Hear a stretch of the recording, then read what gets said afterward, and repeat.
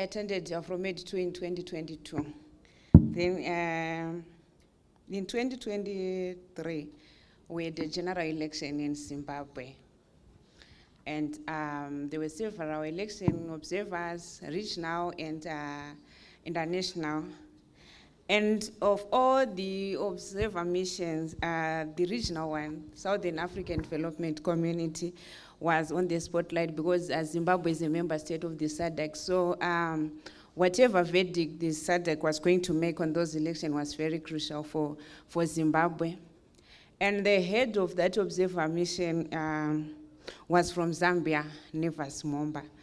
Then he was a VIP person, and personal interaction with him was really difficult, and sometimes we could just interact with him during press conferences. But after the elections, maybe 2 weeks or so, they'd left Zimbabwe.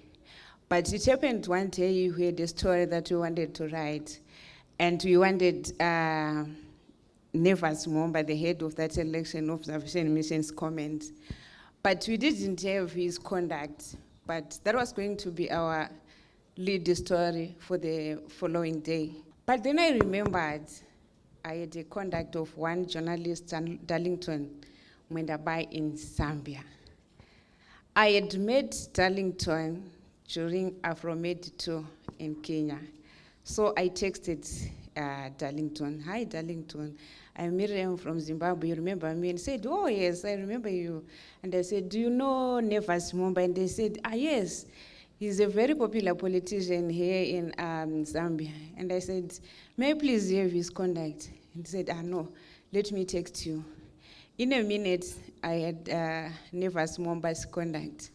And I immediately called him. I got the comment that I wanted. And I walked into the editor's office with my head high to say, "No, I have made a breakthrough." Then I really valued the importance of networking. Really, had I not attended AFROMedI, I would not have met Darlington. And I really basked in the glory of that breakthrough to say, no, if I had not talked to this guy, I wouldn't have had this conduct. So AFRODAD is an acronym which stands for African Forum and Network on Data and Development. So networking is one key aspect of AFROMedI. And as we discuss as journalists, we don't just get to contact each other when we are requesting for contact, but we talk about critical issues on state of affairs in different countries. They say knowledge is power. If you don't have knowledge, if you don't have information as a journalist, you can't ask critical questions, or you can't even ask probing questions. So you need that information of what is happening, not necessarily in your own country, but in other countries in Africa and beyond. I used to think that across the globe, people use that the ballot voting system, where people just get into a ballot box with a ballot paper, write an X and cast their ballot. Until I had a conversation with Khadija. By the way, I met Khadija during AFROMedI 2. So we had this conversation one day, and I was telling, she was telling me about the Gambia conducting its electoral process using the marble system, where they cast stones. And for me, it was something that was, you say, "Oh, really?" So it is very important to network, to understand what is happening on your surroundings, not necessarily about what is happening in your own country.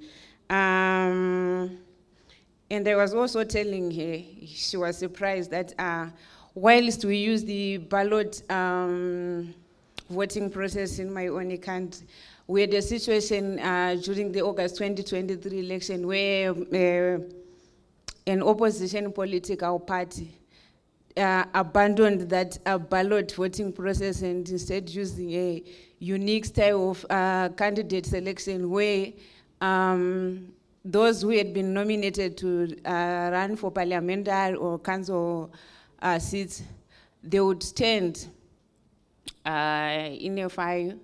Then those party members who wanted to vote for them, they would stand behind the preferred candidate, and they would head count, to say, so this person got 55 people behind him, so he has the highest number of people. So she was surprised to say, why, when Zimbabwe, you are among the, you have got the highest literacy rate in Africa, so why are you using that archaic voting process? That, no, it happens. So those interactions are very important in terms of opening your mind as a journalist and how you tackle issues in your community. That's one aspect. Then on another aspect, throughout the 3 years that I have been with AFROMED, there has been key focus on people in the communities. You know, we have got that follow the minister journalism, that traditional journalism approach, where we focus on political party leaders, opinion leaders, or ministers, MPs in the community, such that usually we report through the lens of those prominent people in the community, sometimes forgetting about the people in the grassroots. But throughout those 3 years, I have learned that skill of valuing the people in the grassroots, focusing on the people who really matter. So during AFROMEDI 2 and AFROMEDI 4, we met senior investigative journalists who challenged us to work hard and try to focus on those people in the communities, how the policies that are being made are affecting their day-to-day lives. And I tried to put that into practical, where I conducted an investigation that was in 2023, just before our general elections. We had a general election in August 2023 in Zimbabwe. So I tried to put all that information into practical, where I conducted an investigation tracking the performance of MPs. You know, when politicians are garnering for support, they want to be voted in office, they make a whole lot of promises so that people vote for them. So I did that investigation to track how they really performed throughout the 5-year period as they were elected in office. So I wanted to help the members of the public to make well-informed decisions, to know the kind of politicians that they voted for. So I started the investigation around February in 2023.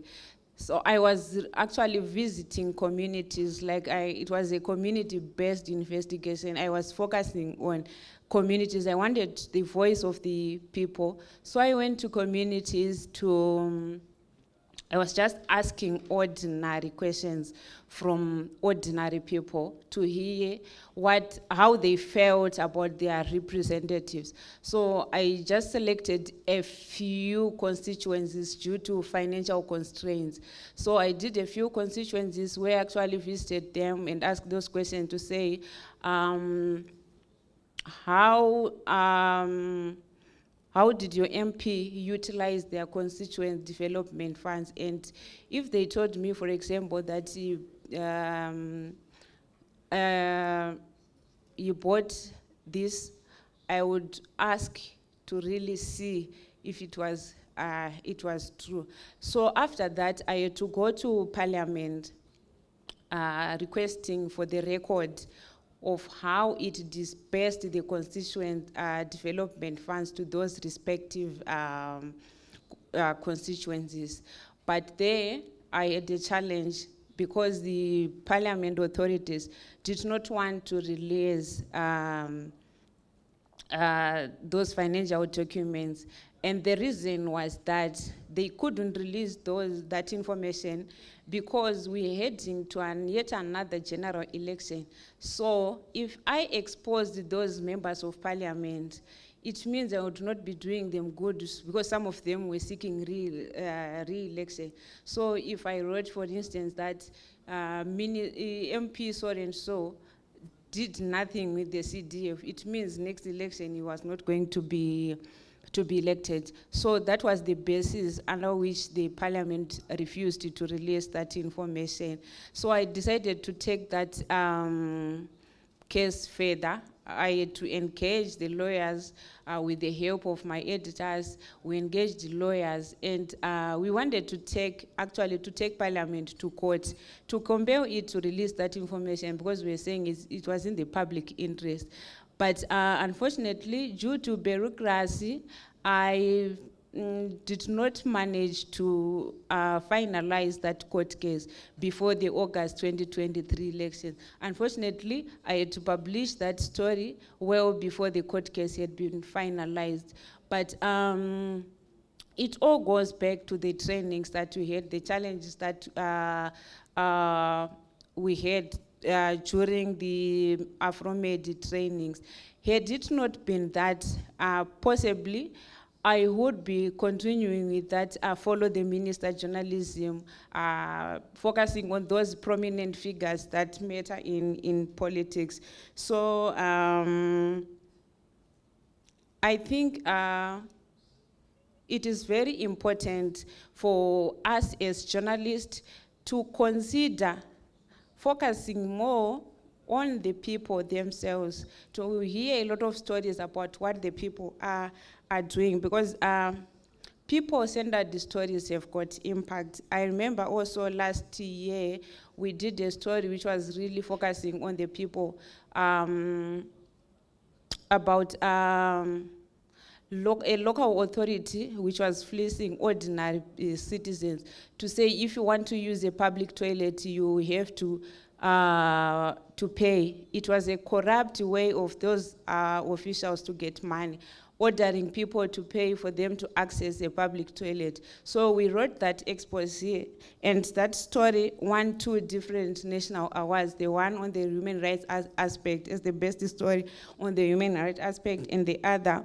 on the Zimbabwe Anti-Corruption Commission Awards. So that's the impact of community-based stories, the focus on the people, the focus on ordinary people, giving the voice to those who ordinarily do not have anywhere to speak. I thank you.